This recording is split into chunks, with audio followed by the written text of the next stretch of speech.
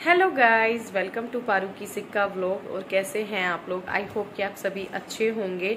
और मैं आ गई हूँ अपने घर। राखी का त्यौहार हो गया है बहुत अच्छे से, बहुत मज़ा आया, बहुत ही ज़्यादा सब कुछ टचवुड बहुत अच्छा रहा।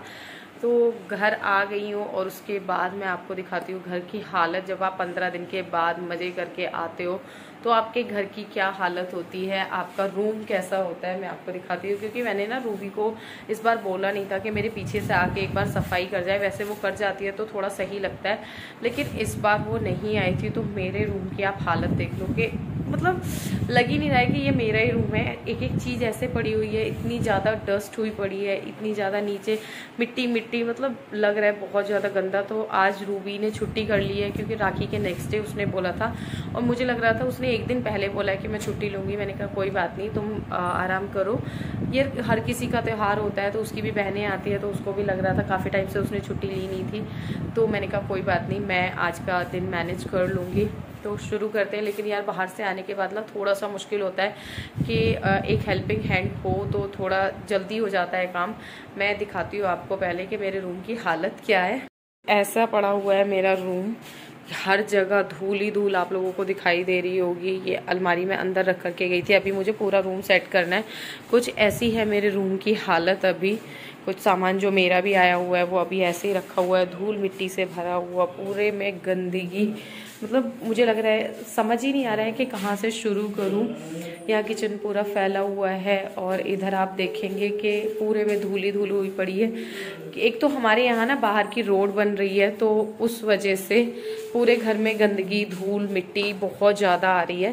तो अब मुझे समझ नहीं आ रहा मैं कहाँ से शुरू करूँ। तो चलिए मैं देखती हूँ पहले ये जो कपड़े पड़े हुए हैं क्यांश के पापा के, ये सेट करते हैं। और धीरे धीरे जैसे जैसे काम होता जाएगा डस्टिंग हाथ के हाथ करते जाएंगे। नहीं हो पाएगी तो कल आकर के रूबी कर लेगी आराम से। थोड़ा बहुत जितना मुझसे हो सकता है मैं करूँगी।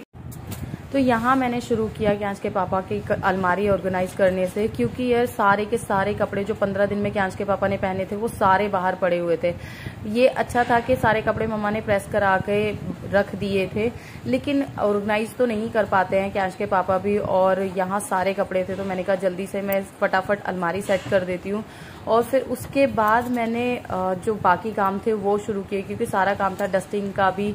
और अलमारी ऑर्गेनाइज करना सबसे मुश्किल काम लगता है मुझे यार। फटाफट फैला देते हैं क्यांश के पापा। क्यांश के पापा से तो उम्मीद ही नहीं करती हूँ इस चीज़ की, क्योंकि उन्हें अपने सॉक्स नहीं मिलते हैं तो वो अलमारी क्या ऑर्गेनाइज करेंगे। लेकिन फिर भी उन्होंने कपड़े का अच्छे से टेबल पे रखे हुए थे। फिर मैंने निकाली क्यांश की अलमारी, फटाफट उसकी डस्टिंग की, क्योंकि यार इतनी धूल हो गई थी। फिर मैं इसको अंदर रख के गई थी क्योंकि इसमें था बहुत सारा, लग रहा था मुझे कि अगर पानी आ गया रूम में तो क्या होगा। इसमें क्यांश का बहुत सारा सामान था, इसलिए मैं इसको रूम में ही रख के गई थी। क्यांश के जो भी कपड़े मैं नानी हाउस में लेकर के गई थी वो मैंने निकाले, और जो मुझे घर पहनने वाले थे, जो कहीं जाने वाले हैं, वो सारे कपड़े अलग किए। मतलब एक एक करके सारी चीज़ें मुझे मेरे हिसाब से रखनी थी, तो टाइम भी इस चीज़ में ज़्यादा लग रहा था। कल मतलब आप मानेंगे कि मैंने ब्रेकफास्ट भी नहीं किया। मतलब काफ़ी लेट किया, क्यांश को लाने में भी मुझे लेट हो गया था। बनाया ही नहीं, मम्मा ने तब तक ब्रेकफास्ट बना लिया था। मैंने सारा काम किया और मेरा कोई भी बाकी अनपैकिंग का काम नहीं हो पाया है। और यहाँ देखो सारा डस्टिंग करके, और मतलब मेरी हालत ऐसी हो गई थी ना कि थक के जैसे होता है ना एक इंसान के। एक तो वहाँ से आए पूरा ट्रैवल करने के बाद, और उसके बाद इतना सारा काम मिले, तो ऐसा कुछ हो गया है मेरा रूम, जो कि मतलब थोड़ा सा देखने लायक लग रहा है। यहाँ मैंने क्यांश को सुला दिया है और मैंने सफाई भी कर दी है। जितनी मुझसे हो पाई मैंने कर दी, लेकिन ये है कि रहने लायक लग रहा है रूम। अभी मेरे बैग नहीं खोले हैं, अनपैकिंग तो हुई ही नहीं है।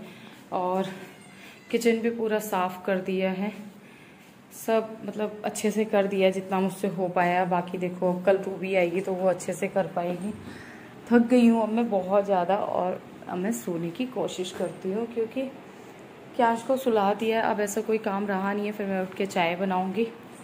अब मैं थोड़ी देर आराम करती हूँ। ये देखो बिल्कुल फ्लोर भी मैंने क्लीन कर दिया। तो इतना सारा काम करने के बाद अब क्यांश के ना स्कूल की शीट भी बनानी थी, वो सबमिट करनी है। तो फिर मैं वो सामान लेने के लिए गई, और साथ में मैं लेकर के आ गई अपने लिए गोलगप्पे और मोमोज।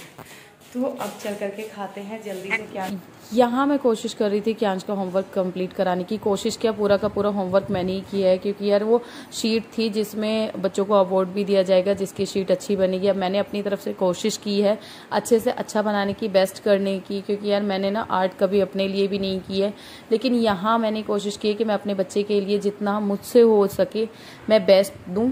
और क्यांश बोल रहा था मामा मैं आपकी हेल्प करा दूँ, उसने एक दो जगह ना वो ब्रश वाला जो पेंट होता है वो लगा भी दिया था। मैंने कहा बेटा कहीं कुछ मत करो, आप मेरी हेल्प मत करो, बस इतनी हेल्प कर दो कि आप दोनों ना साइड में बैठ जाओ, आप भी और पापा भी, क्योंकि बीच बीच में क्यांश के पापा कभी फैन चला देते थे, कभी उन्हें लग रहा था कि ये सूख नहीं रहा है तो मैं कुछ हेल्प कर देता हूँ। मैंने कहा नहीं आप मेरी कुछ हेल्प मत करो, आप दोनों साइड में बैठ जाओ, तो ये मेरी बहुत बड़ी हेल्प हो जाएगी, मैं खुद से कर लूँगी। एक तो मुझे खुद ही नहीं समझ में आ रहा था कि करना क्या है उसमें, इतना मुश्किल मुझे ये काम लग रहा था।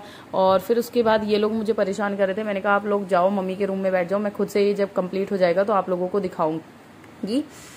फिर जैसे तैसे मुझसे जैसे हो सका मैंने बनाया। अब बाकी मैं डालूंगी जब भी क्यांश को अगर अवार्ड मिला या कुछ हुआ, जो भी फर्स्ट आए सेकंड आए थर्ड आए, मुझे इस चीज़ से फ़र्क नहीं पड़ता, बस मेरे बच्चे ने पार्टिसिपेट किया ये मेरे लिए बहुत बड़ी बात है। मुझे लग रहा था क्योंकि ये शीट ना 17 तारीख को मिल गई थी सब लोगों को, और मुझे लग रहा था कि क्यांश को नहीं मिल पाएगी, लेकिन कल मैंने स्कूल में बात की तो उन्होंने बोला कि आप आज ले जाइए और कल इसे सबमिट करना है। मैंने कहा कोई बात नहीं आप भेज दीजिएगा, मैं कल इसको बना करके दे दूंगी। तो आपको आज का व्लॉग कैसा लगा प्लीज़ कमेंट करके ज़रूर बताएं। Thank you so